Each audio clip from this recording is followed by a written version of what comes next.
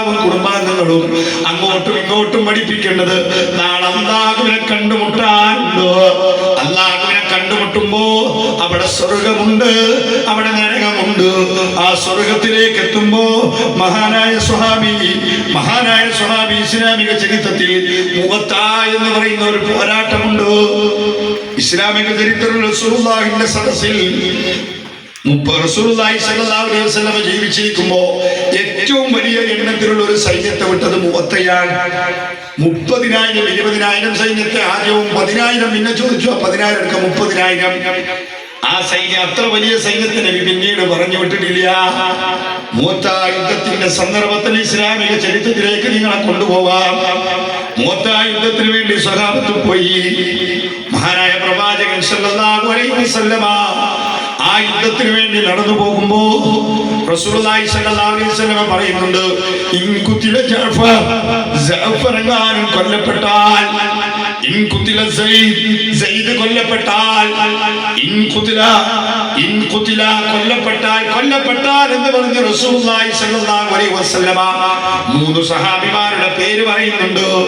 അല്ലാഹുവിന്റെ പ്രവാചകൻ യുദ്ധക്കളത്തിലേക്ക് പോകുമ്പോ ഇന്നയാള് കൊല്ലപ്പെട്ടാൽ ഇന്നയാള് കൊല്ലപ്പെട്ടാൽ ഇന്നയാളെന്ന് പറഞ്ഞിട്ടുണ്ടെങ്കിൽ ഉറപ്പാണ് ആദ്യം പറഞ്ഞ 2 പേരും കൊല്ലപ്പെടുമെന്നുള്ളത്.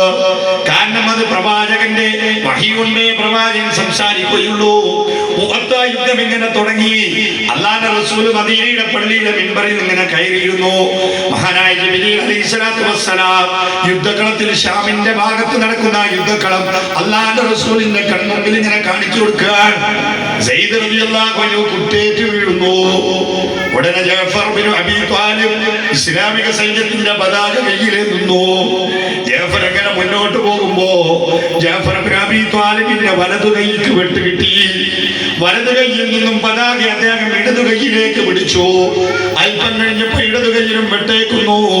ഇസ്ലാമിക സൈന്യത്തിന്റെ പതാക വീഴാൻ സമയത്ത് മഹാനായ ജഅഫർ റളിയല്ലാഹു അൻഹു തന്റെ കഴുത്തും കൈയിന്റെ ബാക്കി വന്ന ഭാഗങ്ങളുമായി സൈന്യത്തിന്റെ പതാക ഉയർത്തിപ്പിടിക്കുകയാണ്. സൈന്യത്തിന്റെ പതാക നിലത്ത് വീണാൽ ആ രാജ്യത്തിന്റെ പരാജയത്തിന്റെ അടയാളമാണ് എന്നുള്ളത് കൊണ്ട് തന്നെ ജഅഫർ ബിൻ അബീ ത്വാലിബ് റളിയല്ലാഹു അൻഹു ആ പതാക തന്റെ കഴുത്തോട് ചേർത്ത് വെച്ചു. അടുത്ത വെട്ട് നടുവിൽ കിട്ടി. ജഅഫർ റളിയല്ലാഹു അൻഹു നിലത്ത് വീഴുന്നുണ്ട്. പിന്നീട് അബ്ദുല്ലാഹ് ബിൻ റവാഹയാണ് ആ പതാക കയ്യിലേന്തുന്നത്. മഹാനായ ജഅഫർ വീഴുമ്പോ അല്ലാഹുവിന്റെ റസൂല് മസ്ജിദ് നബവിയുടെ മിമ്പറിൽ നിന്ന് കരഞ്ഞുകൊണ്ട് നിലത്തേക്കിറങ്ങുന്ന ജഅഫർ റളിയല്ലാഹു അൻഹു താഴെയുള്ള സഹാബത്തിനോട് പറയൂ, സഹാബത്തെ ജഅഫറിന്റെ വീട് വരെ പോകാം.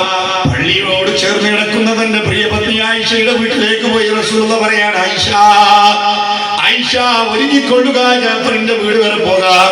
തന്റെ പിതൃവ്യന്റെ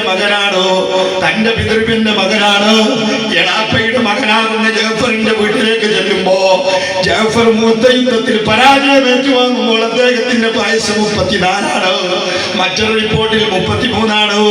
അതിലധികം ആരും അദ്ദേഹത്തിന്റെ പ്രായം സൂചിപ്പിച്ചിട്ടില്ല. 5 മക്കളുടെ ബാപ്പയാണ് ജഅഫർ. 34 വയസ്സുള്ള ഒരു മനുഷ്യൻ 5 മക്കൾ കൂടി ഉണ്ടെങ്കിൽ ആ കുഞ്ഞുങ്ങളുടെ പ്രായം നമ്മൾ ആലോചിക്കണേ. അനാഥമാക്കപ്പെടുന്ന മക്കളുടെ വീട്ടിലേക്ക് റസൂലുള്ളാഹി കടന്നു എന്നിട്ട് പറഞ്ഞു, ജഅഫറിന്റെ ഭാര്യയോട് പറയുന്നു, കുഞ്ഞുങ്ങളെ കുളിപ്പിച്ച് വസ്ത്രം ധരിപ്പിക്കുക. ജഅഫറിന്റെ ഭാര്യ ഓരോ കുഞ്ഞുങ്ങളെ ഇങ്ങനെ വസ്ത്രം ധരിപ്പിച്ചു വിട്ടു. അതിലേറ്റവും ചെറിയ കുഞ്ഞിനെ അങ്ങ് വിട്ടപ്പോ അല്ലാഹുവിന്റെ റസൂൽ ആ കുഞ്ഞിനെ അങ്ങ് ചേർത്ത് പിടിച്ച് കരയാണ്.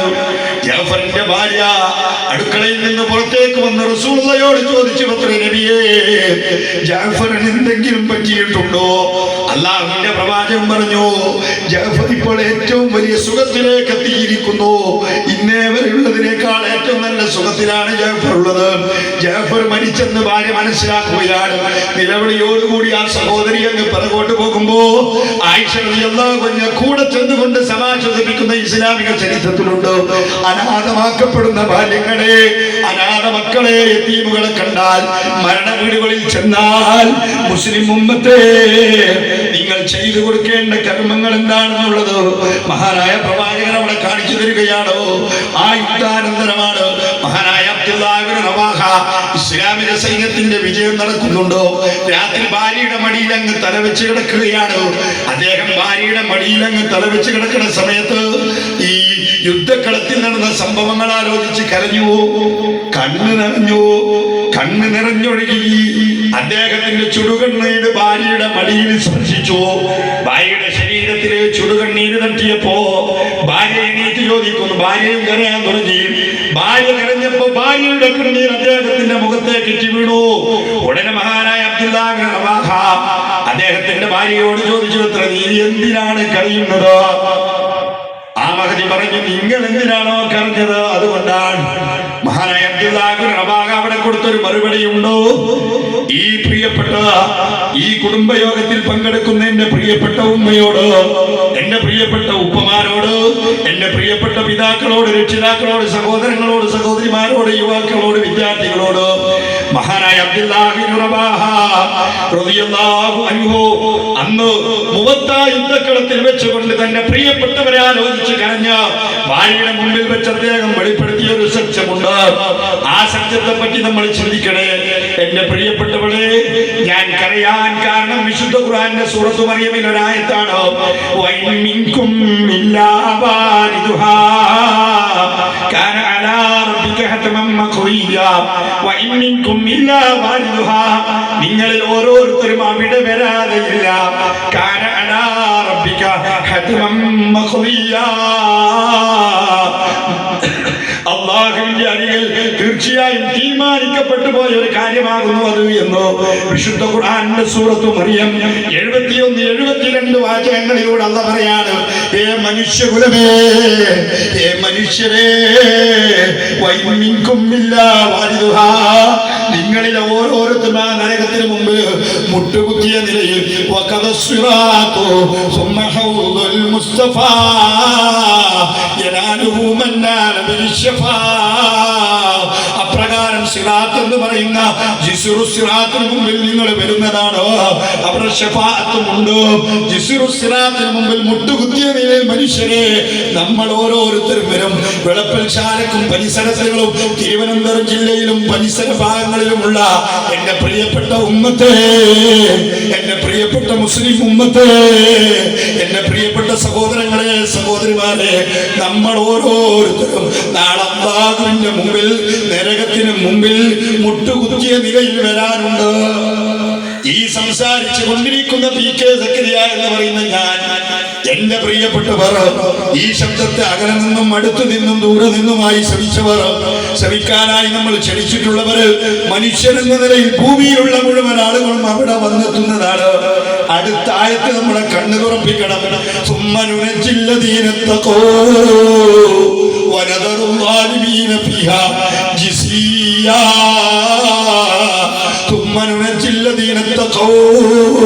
നരകത്തിന്റെ മുമ്പിൽ വരുമ്പോ തഖ്വയോടുകൂടി ജീവിച്ചവരെ അല്ലാഹ് രക്ഷപ്പെടുത്തും. അതിക്രമകാരികളെ അല്ലാഹ് വിട്ടേക്കുന്നതാണ്. മുട്ടുകുത്തിയ നിലയിൽ നരകത്തിലങ്ങ് വിട്ടേക്കും. ഈ സംസാരിക്കുന്ന ഞാൻ നാളെ പരലോകത്ത് അല്ലാഹുവിന്റെ മുമ്പിൽ നരകത്തിൽ വരാറുണ്ടോ? നരകത്തിന് മുമ്പിൽ മുട്ടുകുത്തിയ നിലയിൽ സിറാത്ത് പാലത്തിന്റെ ആ ഭാഗവും ഈ ഭാഗവും ഇരുമ്പിന്റെ കൊളുത്തുകളുള്ള വിശ്വാസികൾക്ക് മാത്രം രക്ഷപ്പെടാൻ കഴിയുന്ന ആ പാലത്തിൽ വരാറുണ്ട്. അന്ന് ലോകത്ത് രക്ഷപ്പെടണമെങ്കിൽ ഏകനായ ഇലാഹിനെ മാത്രം ആരാധിച്ചുകൊണ്ട് തൗഹീദുള്ളവനായി ജീവിച്ചുകൊണ്ട് ശിർക്കിൽ നിന്ന് ഹജ്ജ് ചെയ്യേണ്ടതുണ്ടോ?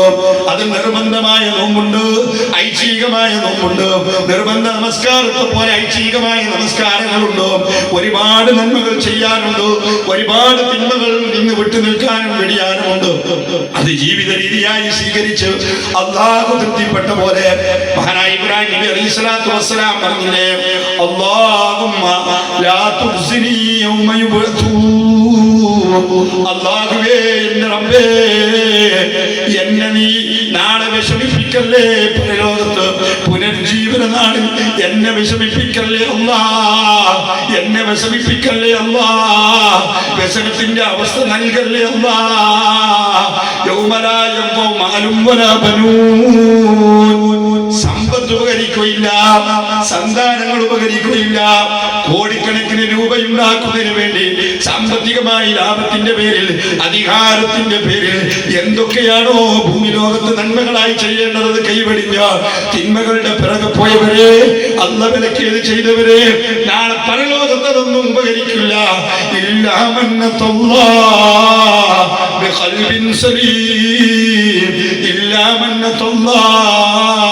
അല്ലാഹുവിൽ വന്നവനൊഴികെ സുരക്ഷിതമായ ഹൃദയം. ഏത് സുരക്ഷിതം? ശിർക്കിൽ നിന്ന് മുക്താകണം.